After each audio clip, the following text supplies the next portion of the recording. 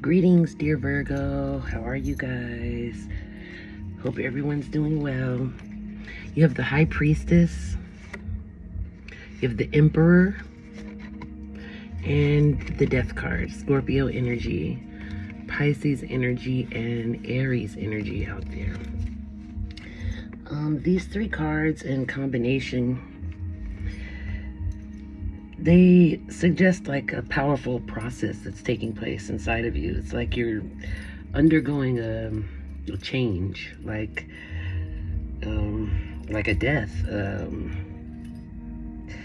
You're ending something, or a part of you has changed. Something new has changed. It's like it's deeply profound. It calls on your intuition, but it is making you step up into the Emperor's position, like more of a leader or an authority structure type of thing, structured type of individual. I'm sorry for the hiccups and everything. So let's see, what did Google say? Google says, in a general tarot reading, the combined meaning of the Death, the Emperor, and the High Priestess points to a significant transformation or ending that leads to a new phase of structural authority and intuitive wisdom, urging you to trust your inner guidance through a period of change. Because of the Death card signifies a necessary and profound ending or transformation, not necessarily physical death, but the end of a phase or a habit or belief system that no longer serves you. It's about clearing the way for something new. Okay, the Emperor represents authority, structure, control, and the establishment of order. In this context, it suggests a need to establish new foundations or leadership in your life after the transition brought by the Death card. And then the High Priestess, this card emphasizes intuition, inner wisdom, secrets, and the subconscious. Its presence indicates a need to trust your instincts and inner knowing as you navigate this period of change and establish new structures. Together, these cards suggest a powerful process.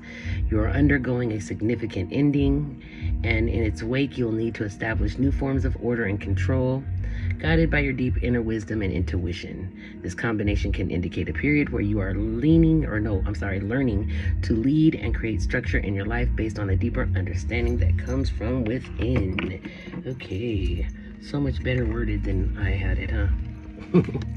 Okay, so you have the Six of Pentacles. You have the Two of Swords. Is that Swords? Two of Swords.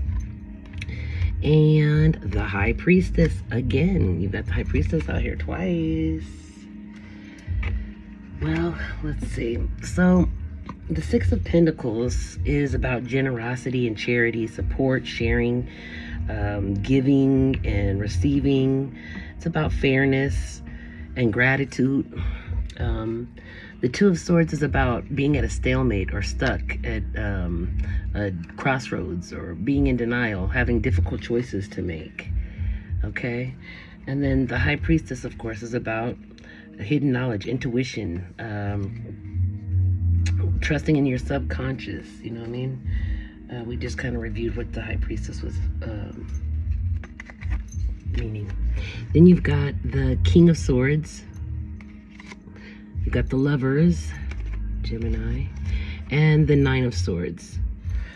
Okay, so the King of Swords is a very logical, analytical, emotionally detached, strict and serious, authoritative type individual. Okay, the Lovers are about twin flames or balance, about spiritual love, and mostly about choices that need to be made, decisions. Then you have the Nine of Swords, which is about sleepless nights, anxiety, depression, breaking point.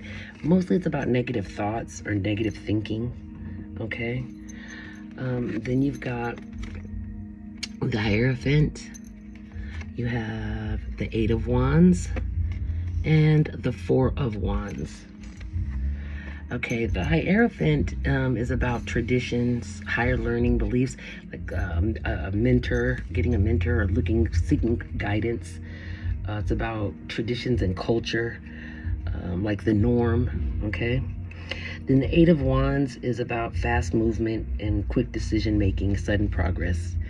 The Four of Wands is about like reunions and stability, belonging, celebrations. It's a coming together, okay? Then you have the Knight of Pentacles, which is about a practical, reliable, slow and steady, committed and patient, conservative individual. Okay, then Judgment. Judgment's about awakening, reckoning, reflection, and return. Kind of like karma, kind of like going full circle, 360. Kind of like you get what you give type of energy.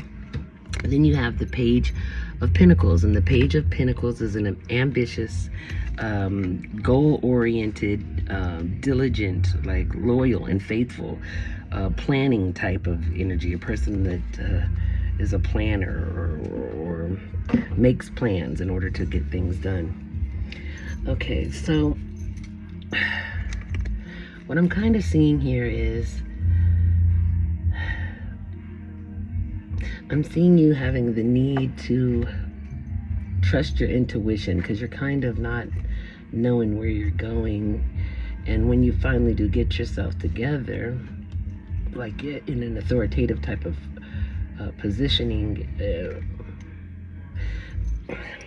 hold on, let me see something because I'm getting a different feeling. Okay, so I'm feeling like you thought you had a supportive person, you know what I mean? But you find yourself at this crossroads and you're basically only equipped with your intuition, your subconscious, okay? You're having difficulty sleeping. And there's someone who's an authority figure or someone whom you see as an authority figure. It doesn't have to be a father or your mate. It could be a big brother or somebody who could be a boss or something, who knows. But there's a person in authority above you that's making you feel very nervous. You're feeling like you're having a hard time sleeping.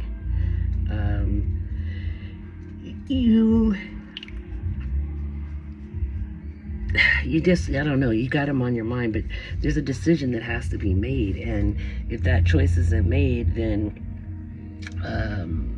you can't move forward. So it's like you have to choose between the tradition, like the traditional way of doing things, or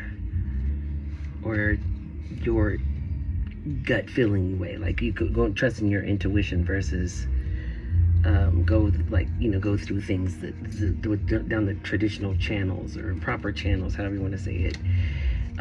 You have to make that choice, and you have to make it fast. It's like you're running out of time, so you make a quick decision, and you're like, okay, yeah, well, we're just gonna go celebrate. I'm cool. I'm happy that you felt relieved that you made a decision and took a step in a direction, and so you're feeling like you're good, you know.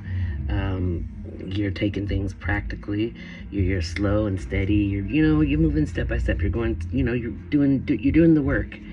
And then the Judgment card comes, and that's where you get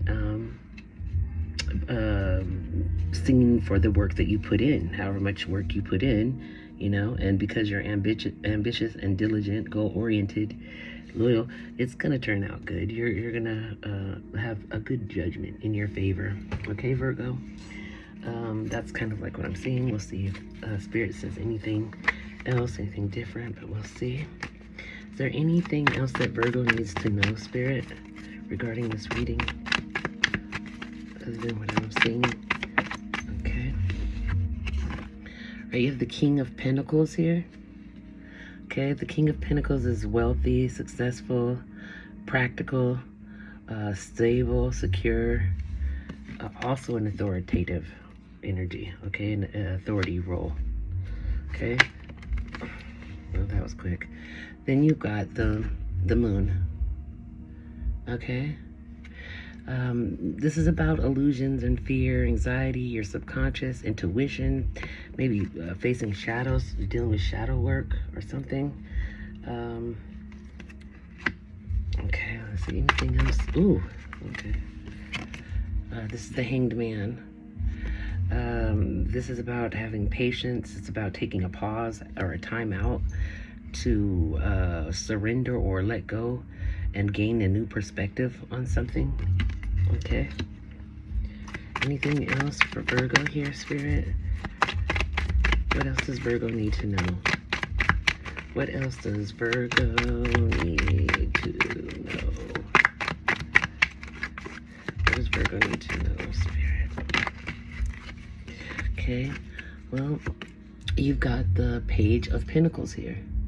Okay, the Page of Pentacles is like a manifester, like you're manifesting financial opportunities, or you could be working on skills, some type of skill, like a technical training or something to that effect. Let's see, what else? Anything else, Spirit? What does Virgo need to know at this time? What does Virgo need to know at this time, Spirit?